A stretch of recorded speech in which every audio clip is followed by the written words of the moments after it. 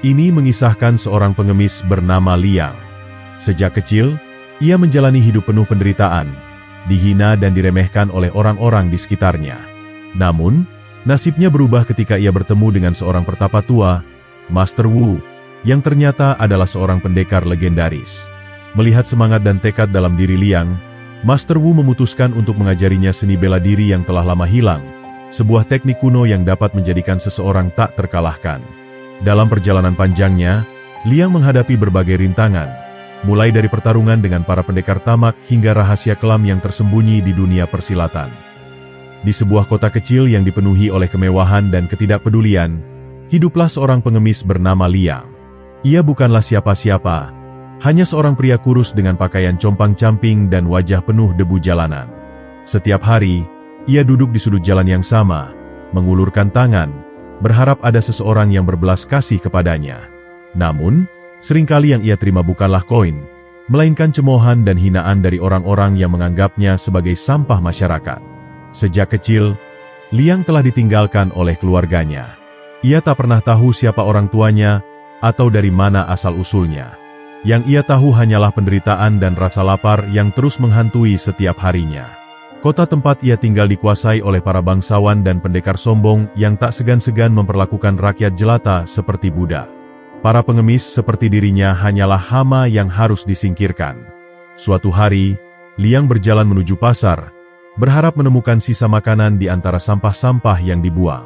Namun, saat ia hendak mengambil sepotong roti basi, seorang pria bertubuh besar, seorang prajurit bayaran, menendangnya hingga jatuh ke tanah. "Jangan berani-berani menyentuh makanan yang bukan milikmu. Sampah!" seru pria itu. Liang hanya bisa meringkuk kesakitan, sementara orang-orang di sekitarnya tertawa. Dalam hatinya, ada kemarahan yang membara. Ia tak ingin selamanya menjadi seperti ini, lemah, hina, dan diinjak-injak oleh dunia. Tapi apa daya, ia hanya seorang pengemis tanpa kekuatan, tanpa keterampilan, dan tanpa harapan. Malam itu, Liang duduk di bawah pohon tua di luar kota, menatap langit berbintang. "Aku lelah hidup seperti ini," bisiknya pada dirinya sendiri. Angin malam yang dingin menusuk tulangnya yang kurus. Namun ia tak peduli. Ia tahu, jika ia tetap seperti ini, maka ia akan mati sebagai seorang pecundang. Ketika ia hampir terlelap, tiba-tiba terdengar suara langkah kaki mendekat. Seorang pria tua berjubah hitam berdiri di hadapannya. Matanya tajam seperti elang, penuh dengan kebijaksanaan dan rahasia yang tersembunyi. "Kau ingin mengubah takdirmu?" tanya pria itu dengan suara berat dan berwibawa. Liang menatap pria itu dengan penuh curiga, tetapi di lubuk hatinya, ada secercah harapan. "Siapa kau?" tanyanya dengan suara gemetar. Pria tua itu tersenyum samar. "Aku adalah seseorang yang bisa memberimu kekuatan. Tapi itu bukanlah hadiah. Kau harus bekerja keras, lebih keras dari yang pernah kau bayangkan." Liang menelan ludah. Ia tak tahu apakah ia harus percaya atau tidak. Tetapi ini adalah pertama kalinya dalam hidupnya seseorang menawarkan sesuatu yang bukan penghinaan atau pukulan. "Apa yang harus aku lakukan?" tanyanya akhirnya. Pria itu berbalik dan mulai berjalan, memberi isyarat agar Liang mengikutinya. "Mari kita mulai perjalananmu," katanya. "Dan ingat, ini bukan jalan bagi mereka yang lemah." Dengan langkah ragu, Liang mengikuti pria itu, meninggalkan kehidupannya sebagai pengemis di belakang. Ia tak tahu kemana perjalanan ini akan membawanya, tetapi ia tahu bahwa inilah kesempatan yang telah ia tunggu seumur hidupnya. Liang mengikuti pria tua itu selama berhari-hari, menembus hutan belantara dan melewati sungai-sungai berarus deras. Setiap malam, mereka tidur di bawah langit terbuka, hanya beralaskan tanah dan dedaunan. Liang mulai menyadari bahwa pria ini bukan orang biasa. Cara ia berjalan, cara ia berbicara, dan tatapan matanya yang tajam menunjukkan bahwa ia memiliki kekuatan yang luar biasa. Setelah seminggu perjalanan, mereka akhirnya tiba di sebuah tempat tersembunyi, sebuah lembah terpencil yang dikelilingi oleh pegunungan tinggi. Di tengah lembah itu, ada sebuah kuil tua yang tampak telah ditinggalkan selama bertahun-tahun. "Disinilah kau akan berlatih," kata pria tua itu. Kuil ini adalah tempat di mana para pendekar sejati dilahirkan. Namun, hanya sedikit yang berhasil melewati ujian di sini. Liang mengangguk. Meskipun ia masih ragu apakah ia benar-benar sanggup. Namun, ia tahu bahwa ia tak punya pilihan lain.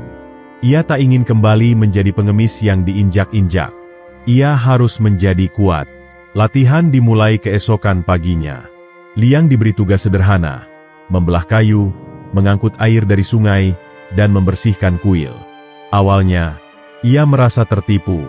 Bukankah ia seharusnya berlatih seni bela diri? Tetapi pria tua itu hanya tersenyum dan berkata, "Semua ini adalah bagian dari pelatihanmu." Hari-hari berlalu, dan tugas-tugas yang awalnya terasa mudah mulai menjadi lebih sulit. Liang harus mengangkut tong air yang semakin berat, membelah kayu dengan tangan kosong, dan berlari naik turun gunung dengan kaki telanjang. Setiap malam, tubuhnya terasa remuk, tetapi ia tak pernah mengeluh. Pria tua itu, yang akhirnya mengungkapkan namanya sebagai Master Wu, mulai mengajarinya teknik-teknik dasar bela diri. Liang belajar cara berdiri dengan benar, cara mengatur napas, dan bagaimana membaca gerakan lawan. Meskipun tampak sederhana, setiap gerakan yang diajarkan membutuhkan konsentrasi penuh dan kekuatan yang luar biasa. Suatu malam, setelah latihan seharian, Liang duduk di tepi sungai, menatap bayangannya sendiri di air.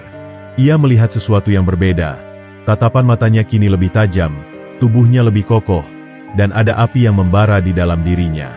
Ia bukan lagi pengemis lemah yang dulu diperlakukan seperti sampah. Namun, perjalanan ini baru saja dimulai.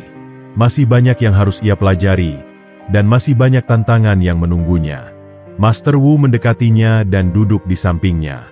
"Besok, kita akan memulai pelatihan yang sesungguhnya," katanya dengan senyum tipis. "Bersiaplah, karena apa yang akan kau hadapi jauh lebih berat dari semua yang telah kau lalui." Liang mengangguk. Ia sudah siap. Ia telah memilih jalannya, dan ia tidak akan mundur. Fajar menyingsing di lembah terpencil tempat Liang berlatih. Udara dingin menusuk tulang, tetapi Liang tidak lagi menggigil seperti dahulu. Tubuhnya mulai terbiasa dengan kerasnya kehidupan di kuil tua itu. Namun, pagi ini berbeda. Master Wu berdiri di tengah halaman dengan tatapan serius, menandakan bahwa sesuatu yang penting akan terjadi. "Liang, selama ini kau telah berlatih dasar-dasar ketahanan fisik," ujar Master Wu. "Tapi sekarang, saatnya kau diuji." Liang menelan ludah, merasakan ketegangan yang menggantung di udara. Ia telah bekerja keras selama berbulan-bulan, tetapi ia tahu bahwa ujian yang dimaksud Master Wu bukanlah ujian biasa. Di belakang gunung ini, lanjut Master Wu, terdapat sebuah gua yang dikenal sebagai Gua Seribu Kesulitan. Di dalamnya, ada berbagai rintangan yang akan menguji batas tubuh dan jiwamu. Kau harus masuk ke dalamnya, menghadapi segala tantangan di dalamnya, dan keluar sebagai seorang yang lebih kuat. Tanpa bertanya lebih jauh, Liang menerima tantangan itu. Ia mulai mendaki gunung dengan langkah mantap, meskipun hatinya penuh tanda tanya. Ia telah menghadapi penderitaan di jalanan sebagai pengemis, tetapi ini adalah sesuatu yang berbeda. Setelah mendaki selama beberapa jam, akhirnya ia menemukan mulut gua yang menganga gelap. Udara di sekitar gua terasa lebih berat, seolah ada kekuatan tak kasat mata yang menekan tubuhnya. Dengan napas dalam, ia melangkah masuk, dan kegelapan langsung menelannya. Langkah pertama di dalam gua sudah cukup untuk menguji nyalinya. Lantai yang licin, suara gemuruh yang menggema, dan bayangan-bayangan aneh yang bergerak di dinding gua membuat bulu kuduknya berdiri. Namun, ia terus berjalan. Tantangan pertama segera muncul, sebuah lorong sempit yang dipenuhi dengan jebakan tajam. Liang harus berjalan dengan hati-hati, menghindari setiap bilah batu yang keluar secara tiba-tiba dari dinding. Ia mengatur napasnya, mengingat setiap pelajaran yang telah diajarkan Master Wu tentang ketenangan dan fokus. Setelah melewati lorong itu, tantangan berikutnya menunggunya. Sebuah jembatan kayu yang rapuh, menggantung di atas jurang yang gelap. Liang menguji kekuatan jembatan itu dengan menekan kakinya perlahan. Kayu-kayu itu berderak mengancam, tetapi ia tak punya pilihan lain. Dengan penuh kehati-hatian, ia melangkah maju. Setiap gerakan diiringi dengan degup jantung yang kencang. Ketika ia akhirnya mencapai sisi lain, ia menghela napas lega, tetapi ujian belum berakhir. Di depan matanya, sebuah patung batu raksasa berdiri, dengan mata yang tampak seperti menatap langsung ke dalam jiwanya. Tiba-tiba, patung itu bergerak, dan dalam sekejap, ia menyerang. Liang tak sempat berpikir. Refleks yang telah ia latih selama berbulan-bulan langsung mengambil alih. Ia menghindari pukulan pertama, melompat ke samping, lalu berputar untuk mencari celah dalam pertahanan patung itu. Ia tahu bahwa melawan kekuatan brutal dengan kekuatan yang sama adalah kebodohan, maka ia harus menggunakan kecepatan dan kecerdikannya. Setelah pertarungan yang melelahkan, Liang akhirnya menemukan kelemahan patung itu. Ia mengincar sendi-sendi yang tampak lebih rapuh, dan dengan satu pukulan terakhir yang terarah, patung itu runtuh menjadi serpihan batu. Dengan napas tersengal, ia berdiri di tengah ruangan yang kini hening. Ia telah berhasil melewati ujian pertamanya. Namun, ia tahu bahwa ini baru permulaan. Setelah berhasil keluar dari gua seribu kesulitan, Liang kembali ke kuil dengan tubuh penuh luka dan otot yang terasa remuk. Namun, di balik kelelahan itu, ada sesuatu yang berbeda dalam dirinya. Ia merasa lebih kuat, lebih cepat, dan lebih tajam dalam membaca pergerakan sekelilingnya. Master Wu menyambutnya dengan senyum tipis. "Bagus, kau telah melewati ujian pertama," katanya. "Tapi kekuatan fisik saja tidak cukup. Untuk menjadi pendekar sejati, kau harus memahami filosofi dan strategi pertarungan. Dan itu semua ada dalam kitab ini." Ia mengambil sebuah kitab tua dari dalam lengan jubahnya. Sampulnya sudah lapuk dimakan waktu, tetapi ada aura misterius yang terpancar darinya. Liang menatap kitab itu dengan penuh rasa ingin tahu. "Ini adalah kitab langit dan bumi," jelas Master Wu. "Di dalamnya terdapat teknik-teknik rahasia yang hanya bisa dikuasai oleh mereka yang benar-benar memahami esensi bela diri." Liang membuka halaman pertama dan langsung terpana. Tulisan di dalamnya tampak bukan sekadar kata-kata biasa.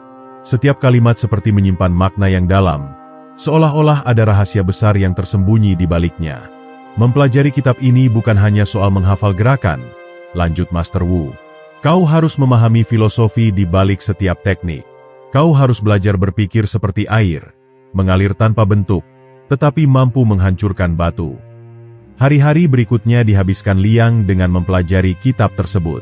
Setiap malam, ia duduk di bawah cahaya lentera, membaca dan merenungkan makna di balik kata-kata kuno itu. Dalam kitab itu, ia menemukan berbagai teknik yang belum pernah ia bayangkan sebelumnya. Langkah bayangan, yang memungkinkan seseorang bergerak tanpa terlihat. Pukulan angin, yang mampu menjatuhkan lawan dengan satu sentuhan ringan. Dan tangan naga, sebuah teknik serangan yang bisa menghancurkan pertahanan lawan dalam sekejap. Namun, semakin dalam ia mempelajari kitab itu, semakin ia menyadari bahwa kekuatan sejati bukanlah tentang memiliki teknik paling mematikan, tetapi tentang memahami kapan harus bertarung dan kapan harus menghindar. Bela diri bukan sekadar alat untuk mengalahkan musuh, tetapi juga jalan untuk menguasai diri sendiri. Suatu malam, saat ia sedang merenungkan isi kitab itu, Master Wu duduk di sampingnya. "Apa yang telah kau pelajari?" tanyanya. Liang terdiam sejenak, lalu menjawab, "Aku mulai mengerti bahwa kekuatan sejati bukan hanya tentang menyerang, tetapi juga tentang mengendalikan diri." Master Wu tersenyum puas. "Bagus. Kau telah mengambil langkah pertama menuju kebijaksanaan seorang pendekar sejati." Namun, perjalanan Liang belum selesai. Masih banyak tantangan yang menunggunya, dan di kejauhan, bayang-bayang bahaya mulai bergerak. Hari-hari berlalu, dan latihan Liang semakin berat. Setiap pagi, sebelum matahari terbit, ia sudah berlari menembus hutan, melompati bebatuan, dan menghindari jebakan yang sengaja dipasang oleh Master Wu untuk mengasah nalurinya. Tangannya kini sudah tak lagi lembek seperti dahulu. Otot-ototnya mengeras, refleksnya semakin cepat, dan tatapannya dipenuhi tekad baja. Namun, Master Wu masih belum puas. "Sekarang kau harus membuktikan apakah kau layak menerima ilmu sejati," kata Master Wu suatu pagi, menatapnya dengan tajam. "Di puncak gunung ini, ada seorang penjaga yang akan mengujimu. Jika kau bisa mengalahkannya, maka kau layak melanjutkan latihan. Jika tidak, kau harus kembali menjadi pengemis seperti dulu." Liang mengangguk tanpa ragu. Ia telah berjalan sejauh ini, dan ia tidak akan mundur sekarang. Tanpa membuang waktu, ia mulai mendaki gunung yang curam, menghadapi angin kencang yang menusuk tubuhnya. Setelah beberapa jam mendaki, ia tiba di puncak yang diselimuti kabut tebal. Di tengah kabut itu, berdiri seorang pria bertubuh besar, mengenakan jubah hitam dengan rambut panjang yang berkibar ditiup angin. Wajahnya penuh bekas luka, dan tatapannya dingin seperti baja. "Aku adalah penjaga puncak," kata pria itu dengan suara berat. "Jika kau ingin melangkah lebih jauh, kau harus mengalahkanku." Liang menarik napas dalam-dalam, mengingat semua pelajaran yang telah ia pelajari. Ia menundukkan tubuhnya dalam posisi bertahan, menunggu serangan pertama. Tiba-tiba, pria itu bergerak dengan kecepatan luar biasa, menghilang dari pandangan dan muncul tepat di depan Liang dengan pukulan yang begitu cepat hingga udara di sekitarnya bergetar. Liang hampir tidak sempat menghindar, tetapi refleksnya yang telah terasah menyelamatkannya. Ia melompat ke samping, merasakan angin pukulan itu melewati wajahnya. Pertarungan berlangsung sengit. Liang menggunakan teknik langkah bayangan untuk menghindari serangan-serangan cepat lawannya, sementara pukulan angin membantunya memberikan tekanan balik. Namun, setiap kali ia menyerang, lawannya selalu menemukan celah untuk membalas dengan kekuatan yang luar biasa. Tubuh Liang mulai lelah, napasnya terengah-engah, tetapi ia tidak menyerah. Ia mengingat ajaran Master Wu, "Kau harus berpikir seperti air, mengikuti arus tanpa melawan secara langsung." Maka, alih-alih terus menyerang, Liang mulai menggunakan teknik bertahan yang lebih halus, menunggu celah yang tepat. Dan ketika akhirnya ia menemukan kelemahan dalam pola serangan lawannya, ia langsung menyerang dengan tangan naga, menghantam titik lemah di dada lawannya. Penjaga puncak terhuyung, terdiam sejenak, lalu tersenyum. "Bagus," katanya. "Kau layak melangkah lebih jauh." Liang menghela napas lega. Ia telah menang. Tetapi ia tahu bahwa perjalanannya masih panjang. Setelah melewati ujian di puncak gunung, Master Wu mengajak Liang kembali ke kuil. Tetapi kali ini bukan untuk berlatih seperti biasa. Ada sesuatu yang berbeda dalam sorot mata gurunya, seolah ia tengah menyimpan rahasia besar yang akan segera terungkap. "Liang," kata Master Wu ketika mereka tiba di aula utama kuil, "sekarang kau telah membuktikan kekuatan dan kebijaksanaanmu. Namun, masih ada satu hal lagi yang harus kau miliki, senjata yang akan menjadi perpanjangan jiwamu." Liang mengerutkan kening. "Senjata?" Master Wu mengangguk. Di dalam gua suci di bawah kuil ini, terdapat sebuah pedang legendaris yang hanya bisa diambil oleh mereka yang benar-benar pantas. Pedang itu disebut pedang takdir, senjata yang telah diwariskan selama berabad-abad dan hanya dapat digunakan oleh seorang pendekar sejati. Liang menelan ludah. Ia pernah mendengar kisah-kisah tentang pedang legendaris, tetapi ia tak pernah membayangkan bahwa ia akan memiliki kesempatan untuk mendapatkannya. Tanpa ragu, ia mengikuti Master Wu ke dalam lorong bawah tanah yang tersembunyi di balik altar kuil. Mereka berjalan menembus kegelapan yang pekat, melewati tangga-tangga batu yang terasa semakin dalam. Liang bisa merasakan aura yang kuat di sekelilingnya, seolah ada kekuatan yang menunggu untuk dibangkitkan. Akhirnya, mereka tiba di sebuah ruangan besar dengan dinding-dinding batu yang dipenuhi ukiran kuno. Di tengah ruangan itu, tertancap sebuah pedang di atas sebuah altar, bersinar lembut meskipun tak ada cahaya yang meneranginya. "Ini dia," bisik Master Wu, "pedang takdir." Liang melangkah maju, merasakan denyutan aneh di dadanya. Seakan pedang itu memanggilnya, menantinya untuk meraih gagangnya. Ia mengulurkan tangan, jari-jarinya menyentuh baja dingin pedang itu. Saat itulah, sebuah kilatan cahaya memenuhi ruangan. Liang merasakan arus energi mengalir ke dalam tubuhnya, memenuhi setiap sarafnya dengan kekuatan yang belum pernah ia rasakan sebelumnya. Pedang itu terangkat dari altar, dan Liang bisa merasakan bagaimana pedang itu menyatu dengan jiwanya. Ia tak hanya memegang senjata, ia menjadi satu dengan pedang itu. Master Wu tersenyum puas. "Sekarang, kau benar-benar siap untuk menghadapi takdirmu." Namun, di luar kuil, bayangan gelap mulai bergerak. Musuh-musuh lama mulai mendengar kabar tentang seorang pemuda yang telah menguasai ilmu bela diri kuno dan mendapatkan pedang takdir. Mereka tidak akan tinggal diam. Liang tidak tahu bahwa kehidupannya akan berubah selamanya. Langit di atas kuil mulai diliputi mendung kelam, seakan pertanda bahwa sesuatu yang besar akan terjadi. Liang, yang baru saja menguasai pedang takdir, berdiri di halaman kuil dengan tatapan penuh keyakinan.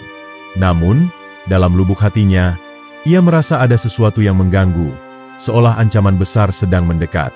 Master Wu berdiri di sisinya, menatap cakrawala yang mulai diselimuti kabut gelap.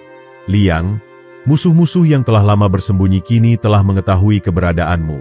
Mereka tidak akan tinggal diam melihat seorang pemuda yang menguasai ilmu tertinggi dan memiliki pedang yang selama ini mereka cari. Liang mengernyitkan dahi. Siapa mereka? Guru. Master Wu menghela napas panjang.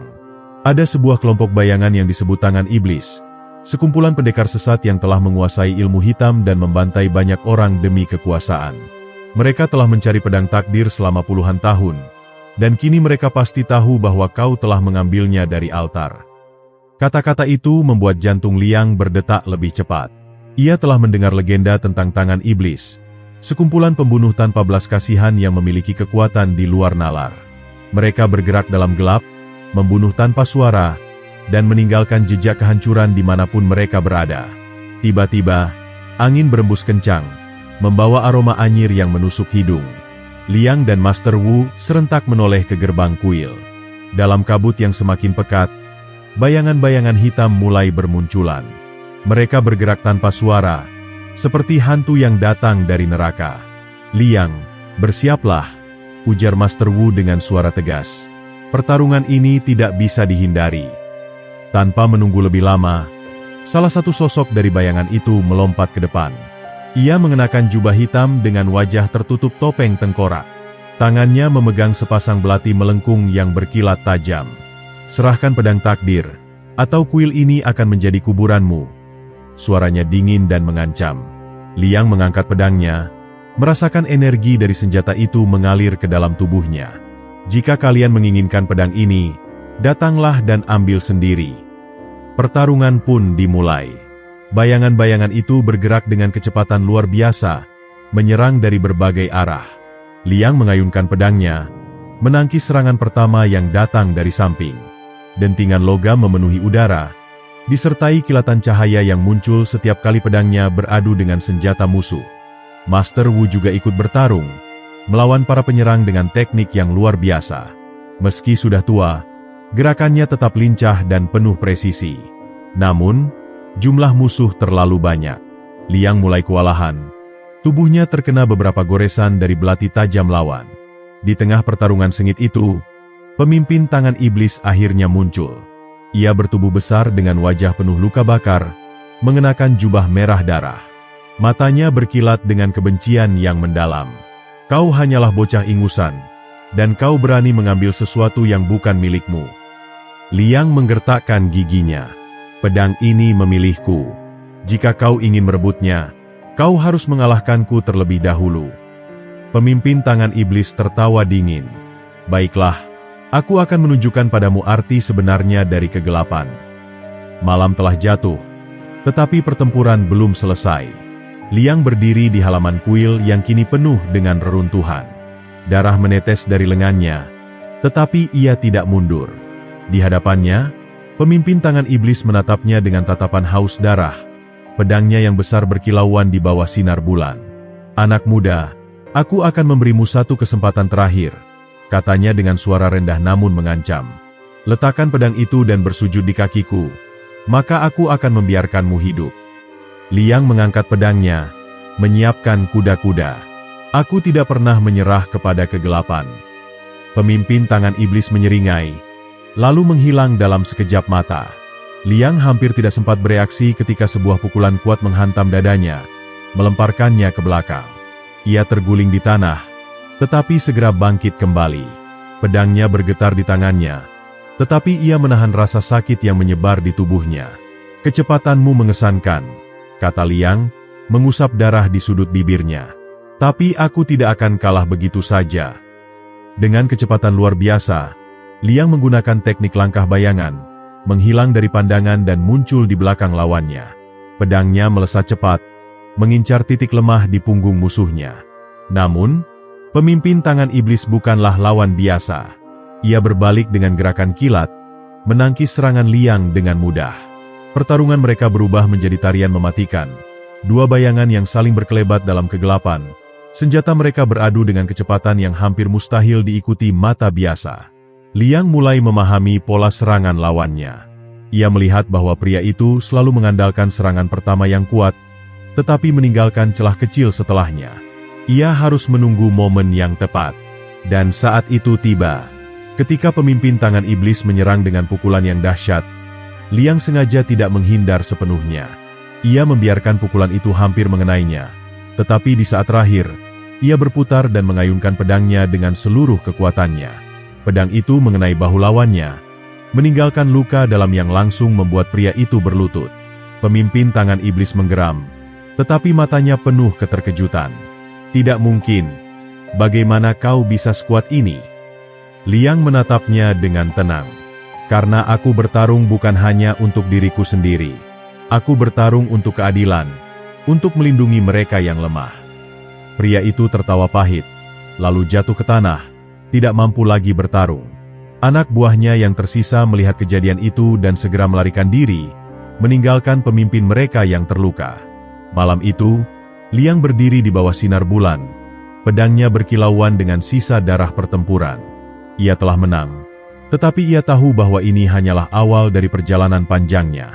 Di kejauhan, sebuah suara bergema di pikirannya, sebuah bisikan yang memberitahunya bahwa lebih banyak tantangan menantinya. Dan ia siap menghadapi semuanya. Malam itu berlalu dengan sunyi, tetapi hati Liang masih dipenuhi gelombang perasaan yang sulit dijelaskan. Ia telah mengalahkan pemimpin tangan iblis. Namun ia tahu bahwa pertempuran ini bukanlah akhir. Ada sesuatu yang mengganjal dalam pikirannya, seolah pedang yang kini ia genggam menyimpan rahasia yang lebih dalam daripada yang pernah ia bayangkan. Ketika fajar menyingsing, Master Wu mendekatinya dengan langkah tenang. Liang, panggilnya dengan suara lembut namun penuh wibawa. Kau telah menunjukkan keberanian dan kekuatan yang luar biasa, tetapi masih ada satu hal yang harus kau pahami. Liang menoleh, menatap gurunya dengan penuh perhatian. Apa itu, guru? Master Wu menarik napas panjang sebelum berbicara. Pedang takdir bukanlah sekadar senjata biasa. Pedang ini memiliki sejarah panjang yang berakar dalam dunia bela diri.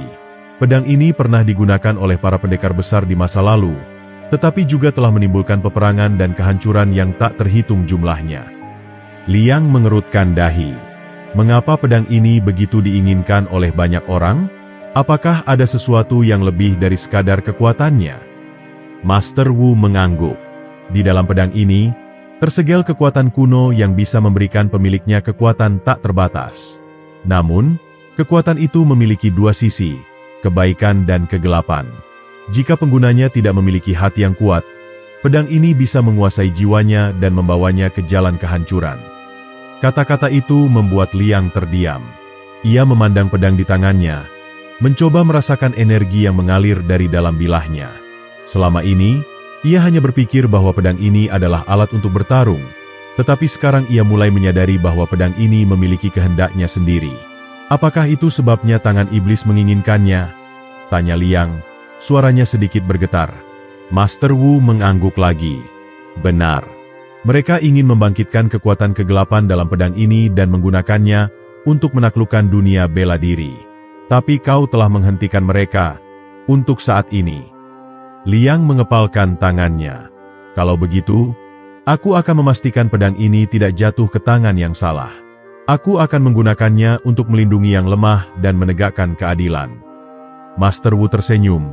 Matanya menunjukkan kebanggaan. Itulah alasan mengapa pedang ini memilihmu, Liang. Tetapi perjalananmu belum berakhir. Masih ada rahasia lain yang harus kau pecahkan. Liang mengangguk mantap. Ia tidak tahu apa yang akan menantinya di masa depan, tetapi satu hal yang pasti, ia tidak akan mundur. Beberapa hari setelah pertarungan melawan tangan iblis, Liang dan Master Wu memutuskan untuk meninggalkan kuil dan memulai perjalanan baru. Mereka harus mencari jawaban lebih lanjut tentang rahasia pedang takdir dan memastikan bahwa tidak ada lagi ancaman yang mengincarnya. Perjalanan mereka membawa mereka ke sebuah kota besar di lembah yang subur, tempat banyak pendekar berkumpul untuk mengasah kemampuan mereka. Liang belum pernah melihat tempat seperti ini sebelumnya. Jalan-jalan dipenuhi oleh para petarung, pedagang menjajakan senjata dan obat-obatan, serta suara latihan bela diri menggema di udara. Kita berada di kota 1000 pendekar, kata Master Wu. Disinilah para pejuang terbaik berkumpul untuk menguji kekuatan mereka. Tapi lebih dari itu, kota ini juga menyimpan banyak rahasia. Liang merasakan sesuatu yang berbeda di udara, sebuah ketegangan yang tersembunyi di balik hiruk-pikuk kota. Orang-orang di sekitarnya berbicara dalam bisikan, seolah ada sesuatu yang sedang terjadi. Saat mereka berjalan lebih jauh, mereka melihat sebuah papan pengumuman besar di alun-alun kota. Di atasnya tertulis tantangan terbuka untuk semua pendekar. Turnamen bela diri agung. Hadiah utama, kunci menuju rahasia pedang takdir. Mata Liang membelalak. Guru, ini. Master Wu mengangguk dengan serius. Ini bukan kebetulan. Seseorang ingin menarik perhatian pemilik pedang takdir, dan itu berarti mereka sudah mengetahui keberadaanmu. Liang mengepalkan tinjunya. Ia tahu bahwa ini adalah jebakan, tetapi ia juga tidak bisa mengabaikan kesempatan ini. Jika ada seseorang yang tahu lebih banyak tentang rahasia pedangnya, maka ia harus menemukannya. Aku akan ikut turnamen ini, kata Liang dengan mantap. Master Wu menatapnya, lalu tersenyum. Aku sudah menduganya. Tapi ingatlah, Liang, pertarungan ini bukan hanya soal kekuatan fisik. Kau harus menggunakan kecerdikan dan kebijaksanaanmu. Liang mengangguk. Ia telah berlatih selama berbulan-bulan, menghadapi tantangan yang tak terhitung jumlahnya. Kini, ia akan bertarung di hadapan dunia untuk menemukan kebenaran yang tersembunyi di balik pedang takdir. Namun, di suatu tempat di balik bayang-bayang kota, seseorang sedang mengawasinya. Sepasang mata tajam memperhatikan setiap gerakannya, menyusun rencana untuk menghancurkannya sebelum ia menemukan kebenaran yang sebenarnya. Perjalanan Liang belum selesai. Ia baru saja mengambil langkah pertamanya menuju takdir yang lebih besar.